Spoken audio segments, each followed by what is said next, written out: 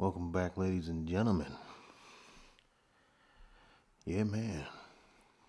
Welcome back to Planet Hog. It is my planet, your planet, our planet, but mostly my planet. And, I know today is supposed to be Friday Fun Day. Hold on, let me adjust this a little bit. See, I always end up fiddling with this damn microphone because sometimes it's too far for my liking, sometimes it's a little bit too close. All right. Really just depends on the issue, because sometimes I talk a little bit louder. Man, I'll tell you something. So right now I am sipping on some Irish whiskey. I'm sipping on some Bushmills Red Bush right now. And I was thinking, because I've been on a whiskey. It's not. I don't want to say a whiskey kick. I've just been able to appreciate the taste of whiskey a lot more now, and I don't know if that's just a drinking milestone to where, because I remember there was a certain point in time where I couldn't stomach it, and I could always do Jameson, I guess, but I could shoot it, but I couldn't just sip it. Which, in hindsight, suppose sipping it would be a better alternative than shooting it, but when you're 1920, you don't give a shit. Anyway, so the woman brought me this because she went out today and she returned with some Red Bush, and I was looking at that and I was like, why would she have been clearly drinking bourbon? But you know what I think it is? I think she heard the podcast where I referenced Blackbush. And of course, being a woman, she didn't really pay attention to what I said. So she knew that Bush was in the title and there was a color involved. So she got Red Bush. That's what I'm willing to bet. I'm willing to bet that. But as fate would have it, it worked out this time. Because this shit is good. This shit is good. Highly recommend it. I don't know if this bottle is going to make it through the weekend. Anyway, so today's usually Friday Fun Day, Friday, excuse me, I have to say it both ways. Because, I like to kind of break up the political diatribe a little bit. And because, like I said at the onset of Planet Hog, that this is just going to be anything and everything. So obviously political discourse has kind of dominated most of my subject matters, and naturally that's a byproduct of the fact that we are in election season, which, by the way, make sure you go out and vote. Vote, or don't, right? I'm not one of those. If you don't want to vote, don't vote. Shit. I think it's funny when people use that kind of pressuring tactics, specifically against, I can only speak from that perspective of a black person, but someone who speaks from that perspective. Anyway, it's funny when they use that tactic like, oh, your ancestors died for this. Well, no, your ancestors died so you had the choice. Because I'm pretty sure if you took a poll of all of them, let's just use a little bit of basic reasoning, law of averages logic, I'm pretty sure not all of them wanted to vote. I'm pretty sure some of them were quite cynical on the option of voting in those days, especially at the cost of possibly having everything you own burned to the ground. So, no, I think I think it's filtered logic, right? It's filtered for the outcome that you don't want. You filter that out. So, when they say, that's what your ancestors died for, no, they died for the option. They want to. It's not that you don't want to vote. It's not that you must vote. It's that you don't want to be told you can't vote. Which is similar to a dating philosophy I have, actually.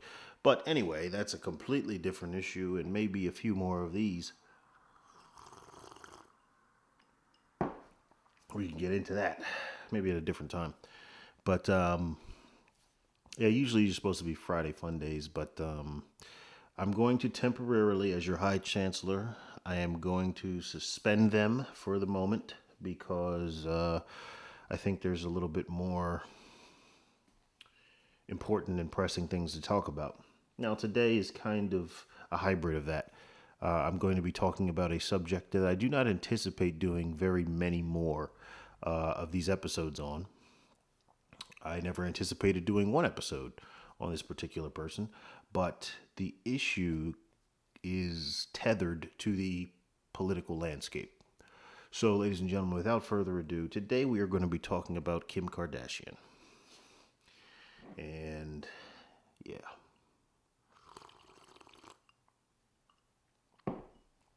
That'll help. Okay. So, Kim Kardashian is coming under fire somewhat because she just turned 40 and she had a birthday party and decided to kind of rent out a private island and had some private villas and private jets and a whole, it was a celebrity birthday party. What do you want me to say? Right? So, for the particulars, we will be referencing on this bizarro Friday Fun Day, that isn't actually happening. We'll be referencing a news source that I do not anticipate on referencing very much more. So that goes right along with talking about Kim Kardashian. So we are live on TMZ's website. And here is the headline is Kim Kardashian 40th birthday celebration, private island and villas on me. Kim Kardashian did it big for her big 40, renting out a private island for a week of birthday celebrations. The birthday getaway was super lavish. Our sources say Kim flew 40 of her closest friends and family on a Boeing 777 to the private isle, where they were handed keys to their own private villas on the beach. Kim's guest list included Kris, Khloe, Kourtney, Kendall, Lala Anthony, Corey Gamble, NBA studs Devin Booker and Tristan Thompson. Plus, God, I guarantee you a gay man wrote this article because women don't even use the term studs anymore. Actually, it means something completely different from from what it used to mean. But anyway, and because it's TMZ, right? So anyway, we're told Kanye West was not present for Kim's actual birthday. He had some work commitments, but Yeezy joined the trip for the final few days. Yeah, I guess they're getting divorced or something like that, or talking about it. I don't know. I didn't know that till I actually looked this article up, but there's people to keep up with this shit. Isn't that crazy? There are actual people with real lives monumentally more consequential to the furtherance of American society than Kim Kardashian. And but all they want to do is keep up with what she's doing. I just don't understand that fixation. But look, freedom of choice, right? Freedom, life, liberty, and the pursuit of happiness. If that makes you happy, then okay. Our sources say Kim picked out an island that hadn't seen any COVID cases, and she asked all her guests to quarantine for 2 weeks before the trip and get multiple tests. Smart and safe. In addition to private beachfront villas, we're told Kim hooked her guests up with Skims pajamas, KKW beauty products, GoPros, waterproof disposable cameras, and lots of other island essentials. Now that's hospitality. I love that they're using disposable cameras. We need to bring those back. I have been saying for months now that there'd be way less scandals if people use disposable cameras, if we never got rid of that. But you take a digital picture, you upload it onto the cloud. Next thing you know, some nerd in Minnesota has hacked into the cloud. Now your portraits are all over the internet, the interweb. Disposable cameras are nice and easy, man. I used to actually work when there was a such thing as an Eckerd drugstore. I used to work in the 1 hour photo department, and I'll tell you what, you see some things in there. You see some things. There was one group of photos that I didn't need to see it. I did not need to see it. The man paid, because you're not supposed to develop anything like pornographic. However, there may or may not have been a transaction on or off the books where a person may or may not have paid a substantial amount of cash to a person who was working in that department. And he may or may not have developed those photos and may or may not regret it because of what he saw. Oh, now I got I got the image in my head. Hold on. Okay, hold on. We're gonna get through this.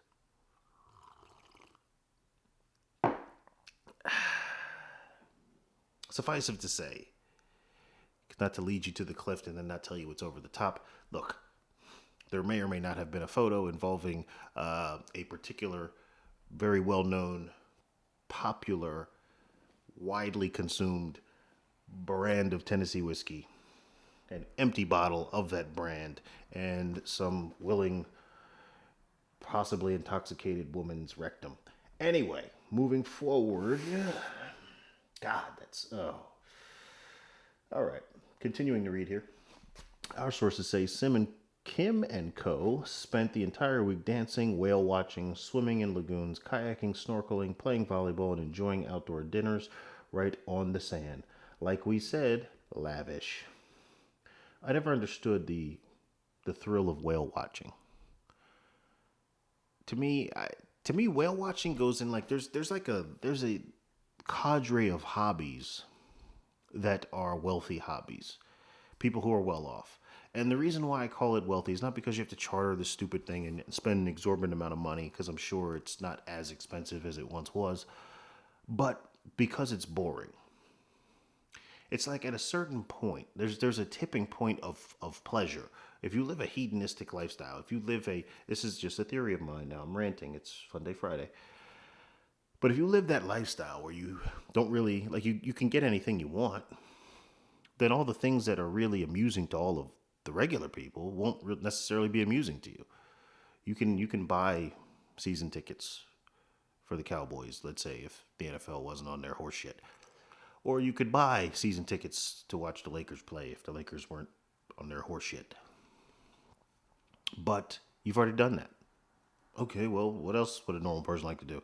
Oh, let's go on an expensive vacation somewhere. I've already done that. I actually have a house over there. Okay, what else would a normal person like to do? Well, I'd like to have these cars, maybe some possessions. Yeah, I've already got those. So at a certain point, you just start doing boring shit because there's nothing else to do. You've really done everything else, and you start doing boring shit like whale watching. I mean, how many whales can you possibly see during the time? And how much time do you have to spend to see those whales? So I don't know. Anyway, we're told Kim even treated everyone to a private screening of This Is 40 on the beach. Don't know what that is. Doesn't matter.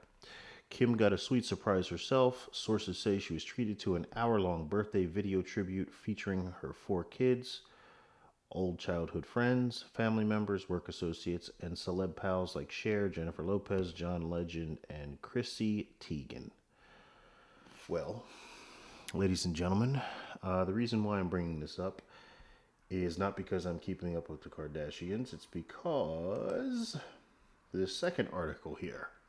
And this article comes to us from Huffington Post. Wow, this is a Bizarro Friday. Good God. I'm talking about Kim Kardashian and using TMZ and Huffington Post as sources. But I do have this Red Bush whiskey.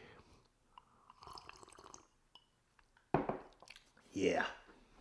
So, this article headline reads, Twitter users roast Kim Kardashian for extravagant 40th birthday party photos. Fans have already tuned one of the photo captions into a hilarious meme. Kim Kardashian turned 40 last week and unintentionally turned photos of her birthday into a gift for snarky Twitter users. The reality show mogul flew family and friends to a private island for a party and, of course, posted the pics on social media. So there's a couple of pictures here. I will absolutely, as you know, include the links to this article in the description box. And, matter of fact, hold on a second here. We're going to do some adjusting here. You know what I need to do? I just need to do some outlines here, like some chalk outlines, some marker outlines, some tape outlines, so I have my layout, so I don't have to move stuff around. But, you know, we're learning as we go. Come on. Anyway, so there's a couple photos here of Kim Kardashian, and the caption reads, after 2 weeks of multiple health screens and asking everyone to quarantine, I surprised my closest inner circle with a trip to a private island where we could pretend things were normal just for a brief moment in time. Okay. Now, look, I do find it a bit disingenuous that she says that we could pretend things were normal. Okay? Your normal is still better. Her normal in quarantine, in COVID, assuming she's gone through all of the prescribed horseshit because she lives in California, which good luck to you. But even her new normal in California under COVID is better than most people's normal without quote COVID. So I find that a bit disingenuous, but okay. Point received. The attendees were tested for COVID-19, but the fact that Kardashian arranged this extravagant party during a global pandemic suggested she isn't familiar with social awareness as she is with social distance. Luckily, snarky Twitter users were there to provide the proper perspective on the party pics. So basically what they did was take her caption to her photo.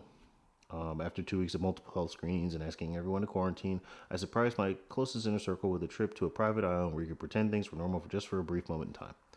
Okay, so they took that quote and they applied it to a bunch of pictures that are supposed to make some kind of poignant political message.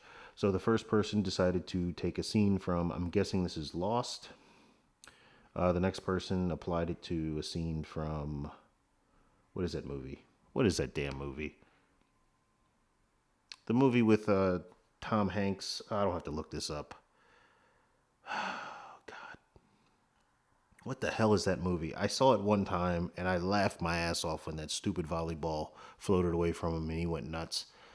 I think it was Outcast, I think it's called. I don't feel like looking it up. I think you guys get the movie I'm talking about. If I said the wrong movie, just correct me. Shit, I don't want to look it up. I don't really give that much of a shit about Tom Hanks. I think people really overvalue his movies, but that's just me. But anyway, there's a scene from that movie. The next one is a scene from The Last Supper, which, okay. And the last one is a scene from, I'm guessing this is Lord of the Flies, because I see a lot of children, all male children with face paint dressed somewhat primitively, and it's in black and white. There's another one that looks, I don't even know what that's from. And there's another scene from The Sopranos. And there's a couple of, so you get the point. And again, the link to this article will be in the description box so you can kind of go through it at your own leisure. But look, to me, this kind of misses the mark on a couple of levels. Number one, the idea that, well, let me start at the surface level. Number one, these photos don't really make the points that I think they're trying to make.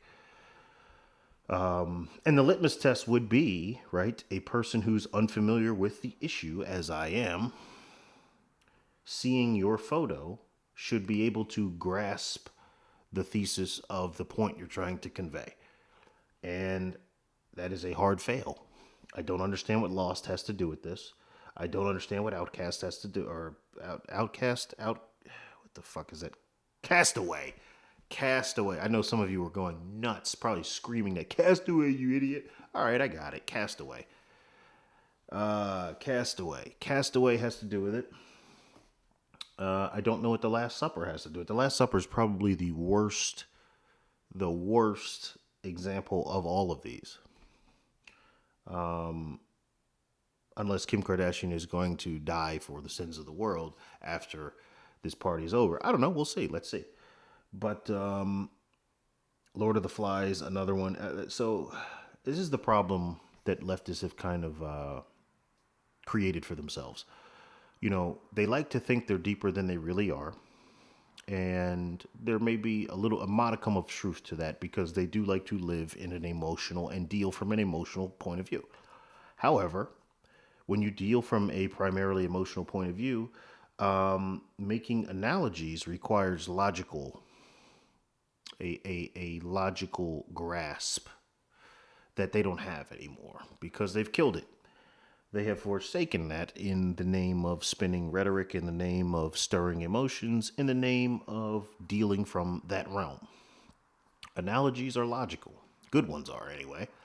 So when you're not familiar with that, it's hard for you to produce them, as I am seeing right now. But why am I bringing this up? Good question. So, part of the reason is that I think you're seeing something much bigger here. Now, this is, again, just a theory of mine, but I think you are officially seeing the kind of how Kim and Kanye are breaking up. Well, you're seeing the left kind of breaking up from Kim Kardashian. They're thawing the relationship right now, if you will. Kim Kardashian is a liberal who is, if you go back to my liberal privilege podcast, I talk about the tenets of liberalism. Well, she is not a liberal in good standing. So her privilege is by her own hand revoked for all the John Wick people out there, which I really appreciate those movies. The third one was actually really good. If you get rid of Holly Berry and a couple of, actually, the third one was not. I'm sorry.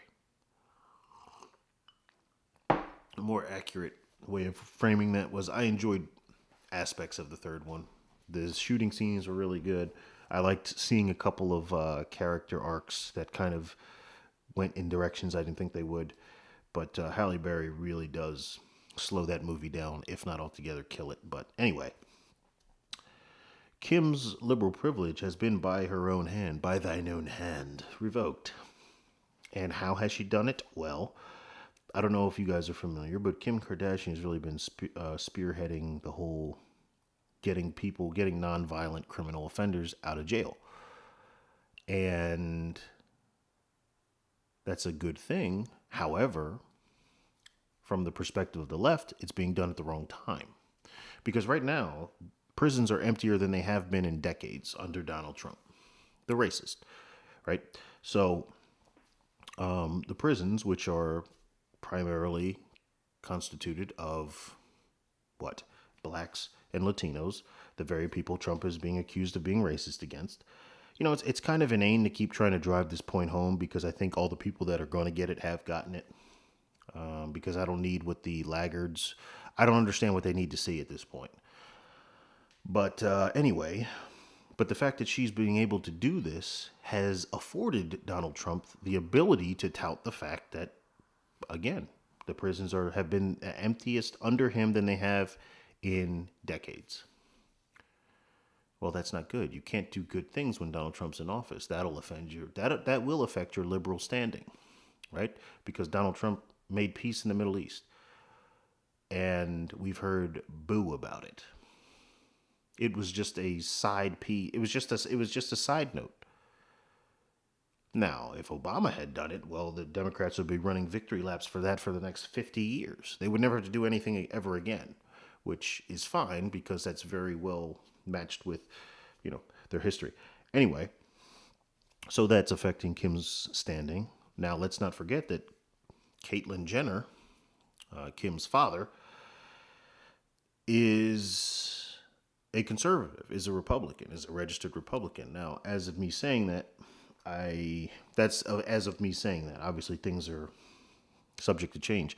And her husband, soon to be ex-husband, whatever, estranged husband, is a Trump supporter. These two things will affect your liberal standing. So the left is preparing for their breakup with Kim Kardashian. The problem is they can't use the tools that are of the trade. They can't use the stuff that's usually in their utility belt, right? Batman has the little utility belt of all the gadgets that he needs handy, that he uses the most frequently. Well, the liberals have that too when they want to destroy people. Unfortunately, most of them aren't working. They can't use their favorite one. They can't use racism for obvious reasons. If Kim Kardashian is racist, you can make the argument she's racist against white folks. But seriously, I don't consider relationship preference racism. That's silly. But no more than relationship preference as far as if you prefer a man or a woman. It's funny to me when they say homophobia. That means implicitly there has to be a such thing as heterophobia, but we haven't beaten that drum yet. So anyway, they can't use racism against Kim Kardashian because obviously she's married to Kanye West. She's had children with Kanye West. Something that differentiates her from people like, I don't know, say Chelsea Handler.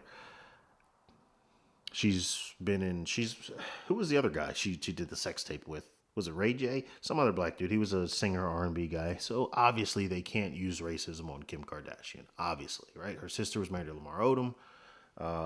They're dating a couple NBA guys.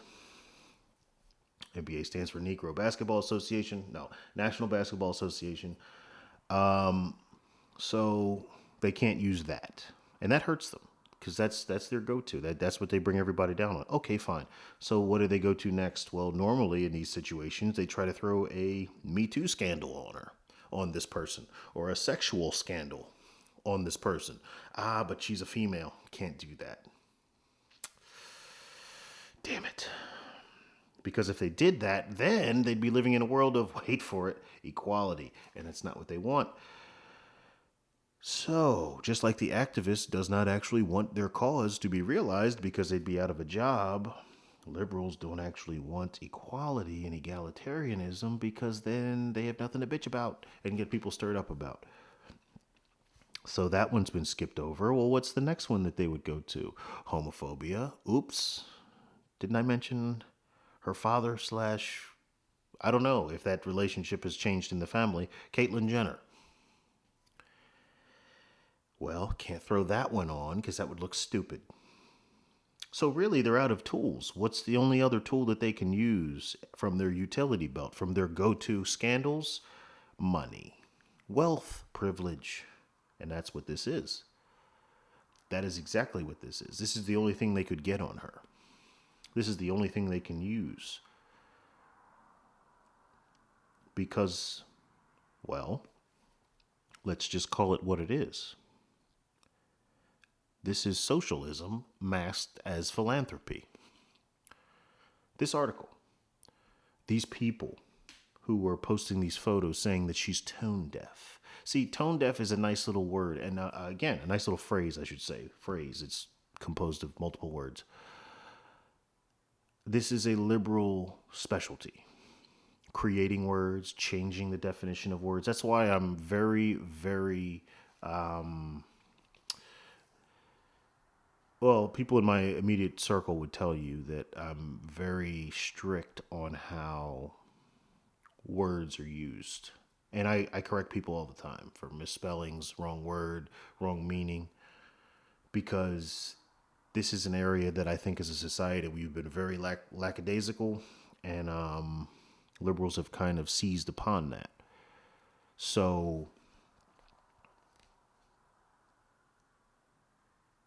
I don't fall for this. Tone deaf. Again, like Black Lives Matter, right? Because Black Lives Matter actually started, say whatever you want about the organization, how it was conceived, but I'm talking about the genesis of Black Lives Matter. It was a chant created by black people at that scene who had bad information, but its grassroots start was genuine. It was just seized by the liberals when they saw they could monetize it and use it to achieve more power for their cause. Well, that's what they do with everything. So tone deaf, again, it did serve a purpose, but now it's serving a completely different purpose. It's been bastardized, and it's now been used to kind of influence the idea of socialism, socialist ideals. You having this party that's tone deaf. Why is it tone deaf? She's rich. That's what rich people do. They have expensive things and expensive parties. If not that, then you wouldn't have VH1. You wouldn't have shows on VH1 and MTV and, TLC and I don't know, whatever else, E. Most of these networks with TMZ would not exist if it weren't for rich people doing rich things. So it's never been a problem before. Why is it a problem now? It's not because of COVID. We've gone through the Great Recession of 2008. There was nothing mentioned about things being tone deaf then. Why now? Because socialism has a platform now. Because socialism, the seeds of socialism, are seeping into the soil of American culture. So don't allow them to play this false front where it looks like they're actually giving a shit about humanity. No, this is about pushing socialist ideals and shaming people with money. So, again, and when you want to boil this down to, well, what the culinary experts will call the roux, if you want to boil this all the way down, it's about jealousy and resentment of people who are better off than them. That's literally all this is jealousy. So the whole tone deaf and oh she's doing this and she should be shamed for this. Nah, doesn't hold water with me. Doesn't. Because I see it for what it is. It's more mass indoctrination on socialism. And how do you get that? Well, if you can't get them, right, you attract more honeys than you do with vinegar, right? Well, the idea of socialism is vinegar to most Americans. Not interested, repulsed by it completely. But what's the honey? Playing to people's basic human feelings. What's a basic human feeling? Jealousy, envy, understanding that there are people out there struggling right now. If they start to decry her actions, there's a part of that people can identify with. Like, yeah, I don't have that. And that's dangerous. Because it's not being done for the reason that you think. Sort of like how a timeshare salesman, they usually give you something to entice you into the pitch, right? So this is no different than that, except you're actually not really receiving anything other than some kind of tacit affirmation of solidarity of the people who are not well off, right? And where did this come from? Because I'm sorry.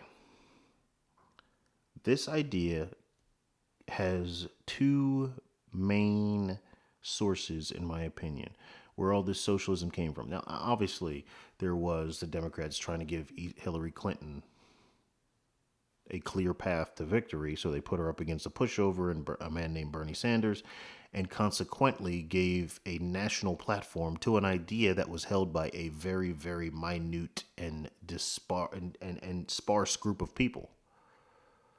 But with the advent of social media, they're able to magnify their voice and blah, blah, blah, blah, blah. And now you've actually created a problem that never previously existed on the level that it does now.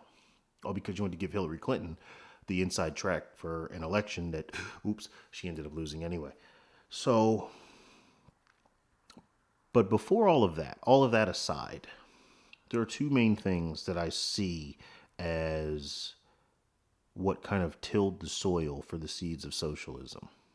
The first is when we started handing out participation trophies. And that's sort of become platitudinous, if you will. But this is the generation. These people out here protesting, Me Too, Me Too, Black Lives Matter, Antifa. These are the kids that grew up with participation trophies. These are the kids who you fathers out there took your sons out of football and put them in soccer because football is too competitive, it's too violent. And you put them in soccer where, they can just frolic about and kick a ball. And, it's 1-1. It's a tie. Everybody wins. Everybody gets this. Yay, yay, yay. Yes, it makes the kids feel good in the short term, but you weren't concerned about the long-term effects of that because it's very hard to take someone who has been cultured in an environment free of competition, because that's essentially what you're doing, is you're removing competition from competition. So it's basically an exercise in futility. It's just one giant waste of time. It's one giant emotional jack off. So when you remove competition from competition, when you remove, in a sense, these kids' ability and desire to be good at something, anything, you essentially rob them of a reason for existence. So they have to fill that void with something else. It's the same idea and argument behind people seeking religion. So when you hand out those participation trophies, not only do you rob them of their desire to succeed in things, but at the same time, you have cultivated an idea that they will always get something for nothing. Because if you're the worst team in the league because you have the slowest kids, or because your kids can't grasp the concepts of the game, even though the concept is kick, ball, and run, well, that didn't matter, right? Because they got a trophy anyway. So they're used to receiving something for minimal, if not altogether zero input. Sound like anything? Sound like any kind of government? Sounds like socialism to me.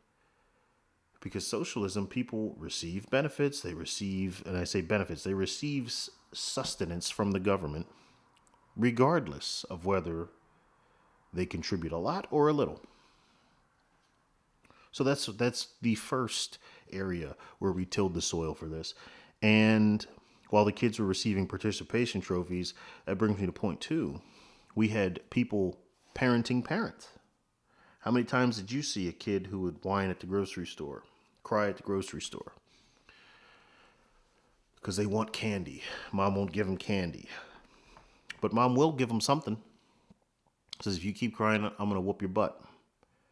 And then some panty waist, no kid having well-to-do liberal with fur babies says, wow, that's very abusive. You shouldn't do that. It basically shames the parent for parenting, even though they themselves are not a parent.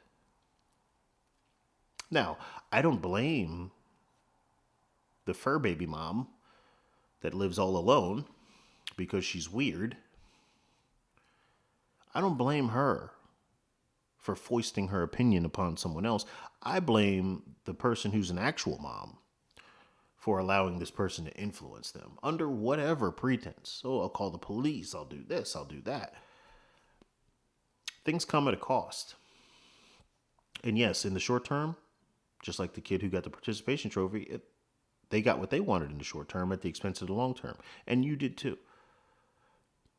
You didn't get the police called on you. You got to leave and go about your life. But it didn't stop there. Because then that just emboldened more people and more people and more people to weigh in on how you raise your children, to where now spanking, that's a taboo word. So, and don't get me wrong, this isn't about spanking. This isn't about participation trophies. This is about people involving themselves in the business of others, which sets the table for groupthink and projecting morals. My morals need to be your morals, and if they're not, there's a threat. There's always some looming threat. I'll call the police, right? Or I will shame you. In the instance of sports, you know, it reminds me of, there was a time I actually coached it was a little kids basketball team. It was a summer league back home in Jersey. And really, I just got in it because I have three brothers. So my middle brother was also coaching the league, and we were competitive in things. So I just basically wanted to. It was really started over the discussion who was the better coach. So we both got in this league just to kind of prove the other wrong. So anyway, our teams were kind of picked for us. I actually got my youngest brother on my team, and my team was undefeated under my coaching. There was a time I had to step aside and I had to bring in an assistant coach, and we lost that game. Lesson learned, right? But anyway, there was one kid on the team because the team was pretty good. I mean, I worked with the kids and we had practices and all that. Most of the other teams didn't have practices. We practiced when other people didn't. Now, it was to beat my brother, to upstage my brother. However, the point of the matter is we put in the work. So when the games came, we beat the hell out of people. Because I understand basketball, especially at that level, it's very simple. But we also put the work in, so we earned those victories. And I was chastised for. They were like, okay, you can kind of stop running the score up. I'm not running the score up. I'm letting these kids continue to practice their skills in a real time situation. So, and they're doing a good job at it. That's why they're scoring. I'm not going to stop doing this, because doing so is teaching them not to succeed. is teaching them that they put in all the work for nothing, and I'm just not going to do that. But there was one kid on the team who was not good at all. He was a little Indian kid. Dot, not feather. So he's a nice enough kid, but his mom hated me because I never played him. Never. I mean, if we were up by a substantial amount, I would put him in the game. But if it was a close game, no, he was not playing at all. And she absolutely hated this. Right? Why isn't my son playing? And she actually asked me this at one point. For a while it was done. You know how women do, right? It was done by talking shit in my circumference, but not directly to me. But eventually she got bold enough when she had enough support, I'm assuming, from the other moms on the bench. And she confronted me directly. And she said, why does my son not play? I'm kind of tired of coming here and my son not playing. I said, well, I'm sorry you feel that way. And she's like, well, why does my son not playing? I said, because your son's not good. Because if I put your son in the game, he will defend his own teammates. And that literally did happen at one point in the season. We were on offense, but he played defense against his own teammate. And if it wasn't that, it was him not understanding that he couldn't dribble the ball to the other side of the court, not knowing what side of the court that he was supposed to shoot at. It was a myriad of things, not me trying to oppress a toddler. He wasn't a toddler, I'm saying that for a hyperbolic effect, but maybe he couldn't have been more than 7 or 8. I wasn't trying to, oppress a grade school child. We were trying to win. So, anyway, there was one point where I was talking to the kid, and I said, I can't remember the kid's name. I wouldn't even say it if I did, but I looked at him and I said, it was a close game. And I think we were up, I don't know. We were up an amount that wasn't necessarily a gimme. We still had to kind of do our thing and grind for a little bit longer and kind of play against the clock. And then, okay, we're good. But I looked at him and I said, because I got a phone call from the guy that ran the league, and he was like, hey, so-and-so's mom keeps calling me about him not playing. You got to do something about it. I said, I am doing something about it. I'm not playing him, but all right. So anyway, I looked at the kid and I said, hey, man, let me ask you something. And he was a nice enough kid, and I was always really nice to him. I coached him just like all the other kids. He just didn't get it, and that just is what it is. Not everybody, equal opportunity, and Thomas Sowell said this, equal opportunity does not mean equal outcome. And the example he used was, I had every opportunity to play basketball as much and be as good a basketball player as Michael Jordan. But there's this thing called skill involved. I just didn't have what he had. And that's truth. That's part of the lie that the left likes to spin, is that, well, if everybody had the opportunity, why are there only this many women in this profession? Because maybe women don't generally want to do that profession. Why are there this many black people in this profession? Because maybe black people generally don't want to do it. So anyway, I looked at this kid and I was like, hey, bud, let me ask you something. He's like, yeah, what's up, coach? I was like, do you want to play or do you want to win? And without hesitating, he looked up at me. He's like, I want to win. And I patted him on the shoulder. I said, that a boy. Stand right here and hold my clipboard. And we continued to play and we won. So, anyway, we're way over our 30 minutes here. Hey, it's a weird Friday. I'm quoting TMZ, talking about Kim Kardashian. Bear with me. But the whiskey's good. In conclusion, I just want to leave people with a couple thoughts. So, okay, how do we fix this, right? Because it's one thing to cause a problem. It's another thing to propose some idea on how to fix it. And again, that's all these are, my proposals. I'm not claiming to have the answer to every single question, because I think there's a lot of questions that don't actually have answers in the way of remedies. You'll make something better at the cost of making something else worse. So, first and foremost, the Band-Aid on this is, hey, everybody, mind your own fucking business. Yeah, don't worry about what somebody else is making. Don't worry about why that person's better at this than me. And if you do want to focus energy in that realm, here we go. Use it as motivation. Get the haterade out of your system. Don't despise this person because they're better than you. Observe and duplicate those efforts, and you will replicate those results most likely. So I think we need to celebrate competition again. I think we need to stop celebrating failure and mediocrity. And that comes in a lot of forms. I saw some stupid ice cream commercial with a fat chick where it was like, stop trying, was literally the theme of the commercial. I can't think of the name of the brand of ice cream.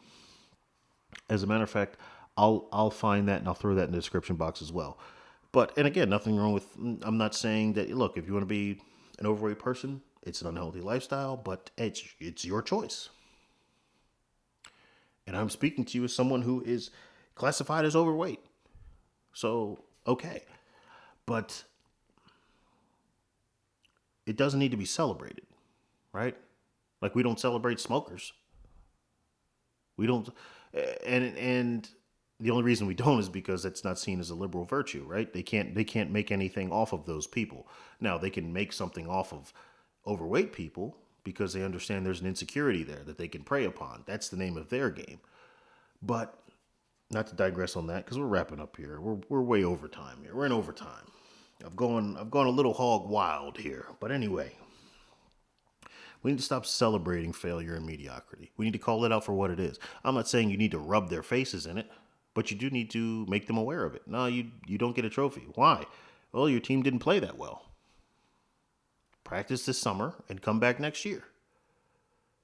And to me, growing up playing those sports, playing, not even just sports, playing like, hell, when I used to play chess with my dad, he would whoop my ass. He'd whoop me and my brother's asses. And you get past it. You want to beat them, so that motivates you. And it almost, at a certain point, whether it's chess, basketball, football, whatever, you're not playing against that person anymore. You're playing against who you were the last time you played that person. That's the real thrill, is seeing that, wow, I did better this time. Oh, man. It's the same idea behind people seeing gains when they go to the gym. Oh, wow, I didn't have that there before. Oh, man, this is getting harder. This is getting, pause. This is getting, oh, man, I'm getting bigger here. Pause. But you need to start celebrating competition and stop celebrating failure and mediocrity. Doesn't mean you have to rub people's faces in it. But stop telling them that it's okay. Stop telling them that that's good. It just is. It's not necessarily okay, but I'm not going to make you feel like it's the end of the world. And last but not least, all you people out there who are, you have kids and these people are telling you how to raise your kids, stand up for your fucking self. If you're a coach and you have a little Indian kid that was probably better suited for soccer than basketball, and the mom is trying to make you play him, and the league manager is trying to make you play him, stand up for yourself. If you're a parent and you said, oh, I'm going to put my kid in football because they actually have points, and they keep score, and they practice, and there's rewards for your efforts, and other parents want to shame you because, well, that's brutal. I mean, I'm putting my son, Chasen, in ballet. Of course you are. And I'll look forward to seeing him on his float in June. Stand up for yourself. Stop letting these people push you around. They don't have a monopoly on the truth. They just know that you won't do anything about it, and they play on the odds that you're too afraid to do anything about it. So we kind of went off here a little bit, but I think it ties into Kim Kardashian because it's kind of, again, it's not about her private island. It's about the sentiments behind people's resentment of it. And that's what I was trying to address today. So if you disagree, obviously, don't tell me that I'm an asshole. Just tell me why I'm an asshole. That's what the comment section is for. And otherwise, enjoy your day. I hope you've enjoyed this extended broadcast. We are actually at 49 minutes now. Wow. But anyway, man, this whiskey's good. I highly recommend Bushmills with Red Bush whiskey. I'm going to get Black Bush later on today, but, she tried, right? But I won't celebrate it, will I? No, I won't. Anyway, until the next time, I will check up with you guys later on. Peace.